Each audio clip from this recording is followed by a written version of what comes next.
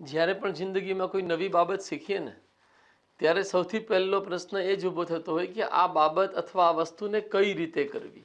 Same આવી જ રીતના જીપીએસસીની પરીક્ષા આપણે જ્યારે આપી રહ્યા છીએ, ખાસ કરીને હવે સીસીઈમાં પણ મુખ્ય પરીક્ષા આવી ગઈ છે, તો જીપીએસસીની મુખ્ય પરીક્ષા અને સીસીઈની મુખ્ય પરીક્ષામાં પ્રશ્નોનો જવાબ લેખન મૌલિકતા સભર રીતે, વિશ્લેષણાત્મક રીતે કઈ રીતે કરવું જોઈએ એને લઈને તમારા મનમાં પણ અનેક મૂંઝવણો હશે. હાલો આપણે એ જ મૂંઝવણના સમાધાનની દિશામાં કંઈક બહેતર શીખવાની શરૂઆત કરીએ અને એના માટે જીપીએસસીમાં પાછલા વર્ષમાં એટલે કે ઓગસ્ટ 2022માં જે મેન્સ લેવાયેલી એનો એક પ્રશ્ન આપણે જોઈએ. એ પ્રશ્ન શું છે? આદર્શ આચાર સંહિતાને વૈધાનિક સમર્થન ન હોવાના કારણે શું ચૂંટણી પંચને તેની ભૂમિકા ભજવવામાં અવરોધ ઊભો થાય છે? મૂલ્યાંકન કરો. હવે આ પ્રશ્ન તમારી સમક્ષનો જવાબ શું હોઈ શકે એની ઉપર આપણે સૌથી પહેલા એ સમજવાની કોશિશ કરીએ કે પ્રશ્નની અંતર્ગત ખરેખર એ શું પૂછી રહ્યા છે. તો કે પ્રશ્નની અંતર્ગત આપણને પૂછી રહ્યા છે કે વૈધાનિક સમર્થન ન હોવાના કારણે આચાર સંહિતાના અમલમાં ક્યાં બાધા ઊભી થાય છે, ક્યાં અવરોધ ઊભો થાય છે? શું આપ માનો છો કે થાય છે? પહેલા પ્રથમ તો આપણે અહીંયા પોતાનો એક વિચાર બનાવવો પડશે કે આપણે માનીએ છીએ કે નથી માનતા. બીજી વાત કે જે પણ આપણે માન્યતા રાખીએ છીએ આ સ્ટેટમેન્ટ અથવા આ પ્રશ્નને લઈને, એને લઈને આપણે મૂલવીએ કે ખરેખર અવરોધ ઊભા થાય છે કે નથી થતા, અને જો વૈધાનિક સમર્થન આપી દઈએ તો બીજા કયા અવરોધ ઊભા થશે અથવા બીજા કયા લાભ થશે, અને આપણો પોતાનો વિચાર શું છે, વૈધાનિક સમર્થન આપવું જોઈએ કે ન આપવું જોઈએ. તો આ તમામ અપેક્ષાઓ જે પ્રશ્નમાં શબ્દના રૂપે રજૂ થઈ છે એના જવાબ ઉપર આપણે આગળ વધીએ અને એ જવાબના સંદર્ભમાં સૌથી પહેલા જવાબનું માળખું જોઈએ કે કયા કયા મુદ્દાઓ આની અંતર્ગત આપણે જવાબના અંગના રૂપમાં સામેલ કરવા જોઈએ. પહેલો મુદ્દો આપણે લેશું કે ચૂંટણી પંચની ભૂમિકા ઉપર જ આપણે પહેલો પેરેગ્રાફ લખવો જોઈએ કે ચૂંટણી પંચની ભારતીય રાજ્ય વ્યવસ્થામાં ભૂમિકા શું છે. તો આપણને સીધો સરળ એની ભૂમિકાના આધારે જ આપણને ખબર પડશે કે આ ભૂમિકાના પાલનમાં શું આ વૈધાનિક સમર્થનની કમીથી અવરોધ ઊભા થાય છે, અને જો એ થાય છે તો એ અવરોધ કયા છે એ આપણે બીજા પેરેગ્રાફમાં લખીશું. બીજા પેરેગ્રાફમાં અવરોધોની રજૂઆત કર્યા પછી ત્રીજા પેરેગ્રાફની અંતર્ગત આપણે જોડીશું કે ખરેખર ચૂંટણી પંચને જે મોડેલ કોડ ઓફ કન્ડક્ટ એટલે કે આદર્શ આચાર સંહિતા છે એને વૈધાનિક સમર્થન આપી દેવામાં આવે અને એના માટે જરૂરી કાયદો ઘડી દેવામાં આવે તો એ કાયદાનું ઔચિત્ય રહેશે? શું એ કાયદો અસરકારક બની શકશે? શું ભવિષ્યમાં સ્થિતિ સર્જાવાની શક્યતા છે? એનો આપણે વિચાર રજૂ કરવો જોઈએ. અને પછી ચોથા મુદ્દામાં આપણે મૂલ્યાંકન કરી રહ્યા છીએ એટલે આપણે આપણો પોતાનો વિચાર રજૂ કરીશું કે ખરેખર આ પ્રશ્નના જવાબમાં આપણે શું માની રહ્યા છીએ કે હોવું જોઈએ વૈધાનિક સમર્થન, કે અત્યારે જે રીતે ચાલી રહ્યું છે એ બરાબર છે? શું હોવું જોઈએ એને લઈને આપણે આપણો વિચાર રજૂ કરશું અને એ વિચારોના આધારે આપણે પછી છેલ્લા પેરેગ્રાફમાં નિષ્કર્ષ આપી આપણા જવાબને વિરામ આપીશું. તો મારા યુવાનો, તમને સ્પષ્ટ થઈ રહ્યું છે કે આ 5 મુદ્દા ઉપર આપણે જો જવાબ લખીશું તો આપણો જવાબ એપ્રોપ્રિએટ એટલે કે ઉચિત સ્વરૂપનો બની જશે. અહીંયા પહેલા પ્રથમ આપણે જોઈએ ચૂંટણી પંચની ભૂમિકા ભારતના બંધારણ હેઠળ શું છે. તો કે દરેક ચૂંટણીઓ જે લોકસભા, વિધાનસભા, રાજ્યસભા, વિધાન પરિષદ, રાષ્ટ્રપતિ, ઉપરાષ્ટ્રપતિ, આ 6 પ્રકારની ચૂંટણીઓનું આયોજન, નિયંત્રણ, સંચાલન અને નિર્દેશન અનુચ્છેદ 324 હેઠળ ચૂંટણી પંચ દ્વારા કરવામાં આવે છે. અને એ સંદર્ભમાં એની ભૂમિકાના 3 મુખ્ય મુદ્દાઓ આપણે અહીં તારવી શકીએ જે રજૂ કર્યા છે. પહેલું એ કે સ્વતંત્ર અને નિષ્પક્ષ રીતે ચૂંટણીઓનું આયોજન કરવું કે જેમાં કોઈ ધાંધલ ધમાલ ન થાય. નંબર 2, ચૂંટણીમાં ગેરરીતિઓ અટકાવી શાંતિપૂર્ણ રીતે ચૂંટણીઓનું આયોજન કરવું. અને નંબર 3, આદર્શ આચાર સંહિતાનું પાલન કરાવવું. ધ્યાનમાં રાખીશું આપણે આ જ્યારે આપણે પહેલા પેરેગ્રાફમાં લખી રહ્યા છીએ ત્યારે આ પહેલા 2 મુદ્દાઓને સુનિશ્ચિત કરવા માટે ચૂંટણી પંચ જે નિયમો બનાવે છે એ જ આદર્શ આચાર સંહિતા છે. તો આદર્શ આચાર સંહિતા એક સાધન છે કે જેના માધ્યમથી સ્વતંત્ર અને નિષ્પક્ષ રીતે ચૂંટણીઓનું આયોજન કરવામાં આવે છે અથવા કરી શકાય છે તથા શાંતિપૂર્ણ રીતે ચૂંટણી આયોજિત થઈ શકે છે. મારા યુવાનો, પહેલા પેરેગ્રાફમાં ચૂંટણી પંચની ભૂમિકાને સમજ્યા પછી આપણે હવે એ સમજવું છે કે ચૂંટણી પંચ પોતાની આવી ભૂમિકા ભજવે છે ત્યારે તેની આચારસંહિતાનું ઘડતર એ જે જનપ્રતિનિધિત્વ અધિનિયમ હેઠળ કરી રહી છે એ આચારસંહિતાના પાલનમાં અવરોધ વૈધાનિક સમર્થનની કમીથી કઈ રીતના ઊભો થાય છે, ચૂંટણી પંચની ભૂમિકામાં કયા કયા અવરોધ જોવા મળે છે? તો પહેલું કે આચારસંહિતા માત્ર એક નૈતિક ઉપદેશ બની ગઈ છે, કારણ કે વૈધાનિક સમર્થન ન હોવાના કારણે કોઈ પણ ઉમેદવાર જે ચૂંટણીમાં પોતાનો પ્રચાર કરી રહ્યો છે એ પ્રચાર કરનાર ઉમેદવારને ચૂંટણી પંચની આચારસંહિતાનો કોઈ ભય હોતો નથી. એક નૈતિક ઉપદેશ છે, એની કોઈ વૈધાનિક બાધ્યતા નથી. આના પરિણામે આચારસંહિતાનું યોગ્ય રીતે પાલન થતું નથી અને આચારસંહિતાના ઉલ્લંઘનની અનેક ઘટનાઓ સામે આવે છે. પછી આપણે જોશું કે બીજો કયો અવરોધ ઊભો થાય છે, તો કે આચારસંહિતાના પાલન માટેની બાધ્યતાની કમી છે.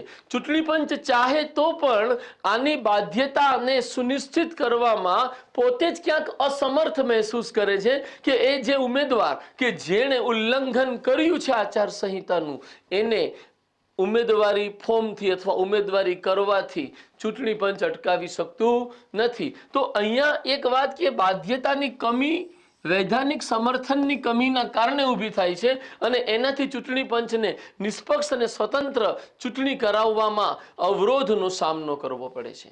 પછી ત્રીજી બાબત છે બાધ્યતા ન હોવાના કારણે ઉલ્લંઘનની માત્રા સતત વધી રહી છે. આ પહેલી વાત જે કરી એનાથી જ આ વાત જોડાયેલી છે કે જ્યારે ખબર હોય કે કોઈ નિયમનું પાલન ન કરવાની સ્થિતિમાં કોઈ સજા થશે નહીં તો સ્વાભાવિકપણે નિયમને લઈને જે વર્તનમાં મર્યાદિતપણું આવવું જોઈએ એ ટકશે નહીં અને અમર્યાદ રીતે વ્યક્તિ પોતાનું વર્તન કરવા લાગશે.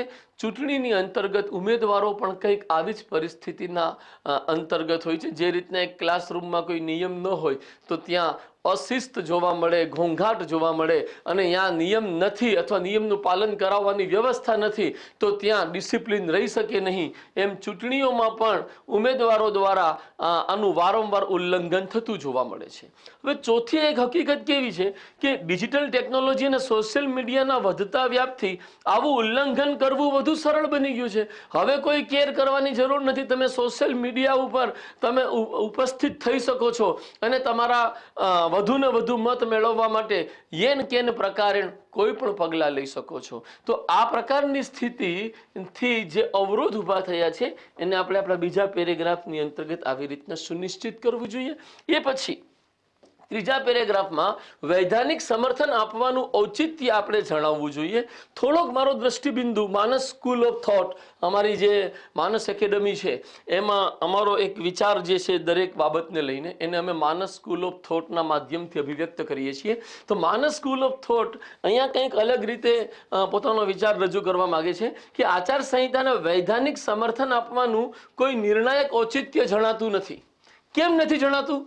પહેલું કારણ કે આનાથી ચૂંટણી પંચની ઉલ્લંઘન અટકાવવાની ઝડપ ઘટી શકે છે. અત્યારે જો કાયદો નથી તો ચૂંટણી પંચ તરત જ આદેશ જાહેર કરે છે અને જે પણ કાર્યવાહી એની સત્તા હેઠળ થઈ શકે છે એ કાર્યવાહીને તરત અમલમાં મૂકે છે. પરંતુ જો વૈધાનિક સમર્થન આપી ચૂંટણી આચારસંહિતા માટે કાયદો બનાવ્યો તો એ કાયદાની નિશ્ચિત પ્રક્રિયા રહેશે અને એના પરિણામે આચારસંહિતાના પાલનમાં જે અત્યારે ઝડપ છે એ ઝડપ ઘટી શકે છે અને ત્યાં વિલંબ થઈ શકે છે. બીજી વાત કે ન્યાયિક કાર્યવાહી અને કેસ સંબંધી પ્રક્રિયાઓ શરૂ થશે જેમાં વિલંબ સૌથી મોટો પડકાર હશે. ધેટ મીન્સ કે કાયદો બની ગયા પછી તરત જ એમાં કેસીસ થશે એટલે જ્યુડિશિયલ પ્રોસેસ પોતાની રીતે કાર્ય કરતી હોય છે.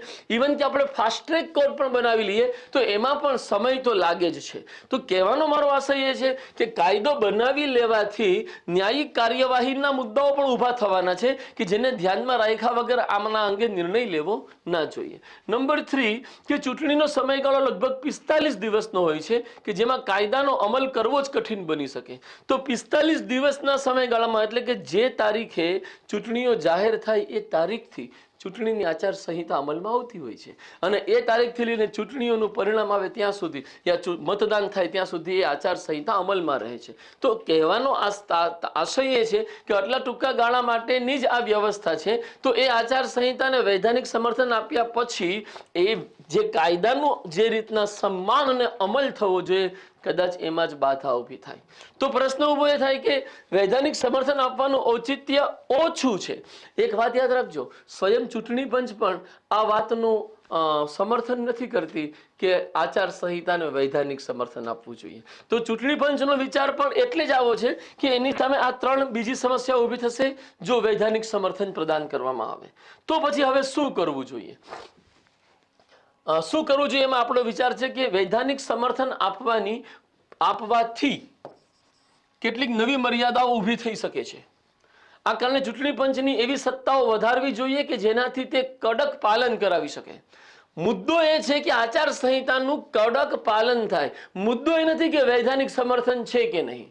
મુદ્દો જે કેન્દ્ર બિંદુ છે સમસ્યાનું, એ કેન્દ્ર બિંદુ એ છે કે આચાર સંહિતાનું ઉલ્લંઘન અટકાવવું કઈ રીતે અને આચાર સંહિતાનું 100% પાલન કરાવવું કઈ રીતે. એના માટે ચૂંટણી પંચની સત્તા જો વધારી દેવામાં આવે તો કાયદા વગર પણ ચૂંટણી પંચ પોતાની ફરજ, પોતાની ભૂમિકા યોગ્ય રીતે નિભાવી શકશે. તો મારા યુવાનો, અહીંયા આપણે એ કહેવા માંગીએ છીએ કે આ કારણે ચૂંટણી પંચની એવી સત્તાઓ વધારવી જોઈએ કે જેનાથી તે કડક પાલન કરાવી શકે આચાર સંહિતાનું. દાખલા તરીકે ચૂંટણી પંચને એ સત્તા હોવી જોઈએ કે તે ગંભીર સ્વરૂપના ઉલ્લંઘન બદલ કોઈ ઉમેદવારનું નામ રદ કરી શકે કે તમે હવે ચૂંટણી નહીં લડી શકો આ ચૂંટણીમાં કારણ કે તમે આ પ્રકારનું આચાર સંહિતાનું ઉલ્લંઘન કર્યું છે. ડેફિનેટલી આ પ્રકારની જોગવાઈ ઉમેદવાર વર્તનને નિયંત્રિત કરશે અને તે આચાર સંહિતાના પાલન કરવા માટે બાધ્ય થશે. બીજી એક વાત કે વર્તમાન કાયદાઓ હેઠળ જ આચાર સંહિતાના ગંભીર ઉલ્લંઘન અંગેની જોગવાઈઓને કડક રીતે અમલમાં મૂકવી જોઈએ. આપ સૌને કદાચ ધ્યાનમાં હશે, કાયદાઓ બદલી ચૂક્યા છે. આઈપીસી, સીઆરપીસી, એવિડન્સના સ્થાને નવા કાયદાઓ આવી ગયા છે. એ તમામ જે નવા કાયદાઓ આવ્યા છે અથવા જૂના જે આઈપીસી, સીઆરપીસી હતા એમાં પણ અમુક પરિસ્થિતિની અંતર્ગત આચાર સંહિતાના ઉલ્લંઘન બદલ કાર્યવાહી થઈ શકે એમ છે. તો એક્ઝિસ્ટિંગ જે લોસ છે, કાયદાઓ છે, એના આધારે જ આપણે જો કડક પાલન કરાવી શકીએ તો એ વધુ બહેતર બનશે. નવો કાયદો એના માટે આચાર સંહિતાનો લાવવાની કોઈ ખાસ જરૂરિયાત આપણને દેખાતી નથી. આ પ્રકારનો આપણો વિચાર હોઈ શકે, હોવો જોઈએ. અને એ પછી નિષ્કર્ષના રૂપમાં મારા યુવાનો આપણે એક વિચાર એ રજૂ કરવો જોઈએ નિષ્કર્ષના રૂપમાં. અહીંયા એક મિનિટ હું પેજ એડ કરી લઉં. આમાં નિષ્કર્ષના રૂપમાં એક એવો વિચાર હોવો જોઈએ કે ચૂંટણી પંચ જે રીતના કાર્ય કરી રહ્યું છે, ચૂંટણી પંચે અત્યાર સુધી જે રીતે કાર્ય કર્યું, આપ સૌ જોઈ જ રહ્યા છો કે ચૂંટણી પંચની ભૂમિકા લોકશાહીના આદર્શો મુજબની રહી છે. એના પરિણામે જ સ્વતંત્ર અને નિષ્પક્ષ ચૂંટણીઓ થતી રહી છે અને ચૂંટણીઓ હેઠળ સત્તા પરિવર્તન પણ થતા રહ્યા છે. જ્યાં જ્યાં 30-30 વર્ષથી એક જ પક્ષની સરકાર હોય ત્યાં પણ સત્તા પરિવર્તન ચૂંટણી પંચની ભૂમિકાથી જોવા મળ્યું છે. તો ચૂંટણી પંચની ભૂમિકા નિષ્કર્ષમાં આપણે લેશું કે ચૂંટણી પંચની ભૂમિકા, વર્તમાન ભૂમિકા મોટા ભાગે બંધારણીય આદર્શોને અનુરૂપ જ છે. આપણો નિષ્કર્ષ આ છે, મોટા ભાગે બંધારણીય આદર્શોને અનુરૂપ જ છે. ફક્ત શું કરવાની વાત છે તો કે ફક્ત આચાર સંહિતા માટે ચૂંટણી પંચની સત્તામાં વધારો કરવા ઉપર વિચારણા કરવી જોઈએ. અને અહીંયા આ આદર્શોનું અમલીકરણ વધુ બહેતર રીતે થઈ શકે. ચૂંટણીમાં જે પ્રકારના લાંચ, રિશ્વત કે પૈસા, બાહુબળ, ધનબળનો ઉપયોગ થતો હોય છે એને અટકાવી શકાય એ માટે ચૂંટણી પંચની સત્તા વધારવી જોઈએ અને નવા કાયદાનો કોઈ બોજ ઊભો કરવાની અહીંયા ખાસ જરૂરિયાત દેખાતી નથી. અહીંયા એક વાત ધ્યાનમાં રાખજો, અહીંયા હું એ પણ આપની સમક્ષ સ્પષ્ટ કરવા માંગુ છું કે હું એવું નથી કહી રહ્યો આપને કે આ કાયદો ઘડવો અયોગ્ય છે. હું એવું પણ નથી કહી રહ્યો કે વૈધાનિક સમર્થન આપવું બિનજરૂરી છે. હું ફક્ત એવું સ્પષ્ટ કરી રહ્યો છું કે વધુ અસરકારક શું હોઈ શકે ચૂંટણી પંચને તેની ભૂમિકાનું પાલન કરવામાં. અને એ સંદર્ભમાં ચૂંટણી પંચ ને સત્તામાં વધારો કરવાની ભલામણ આપી અને આપણે આ પ્રશ્નના જવાબને વિરામ આપવો જોઈએ. યુવાનો, આપ સૌને એક કાચું ફોર્મેટ, એક વિચારવાની દ્રષ્ટિ આ પ્રશ્નથી પ્રાપ્ત થઈ હશે, આ ચર્ચાથી પ્રાપ્ત થઈ હશે. આપ આપના ઘરે લખવાની કોશિશ કરશો. કોઈ સમસ્યા હોય તો અમને કોમેન્ટ સેક્શનમાં ચોક્કસપણે જણાવશો. Thank you very much. જય હિન્દ. નમસ્કાર.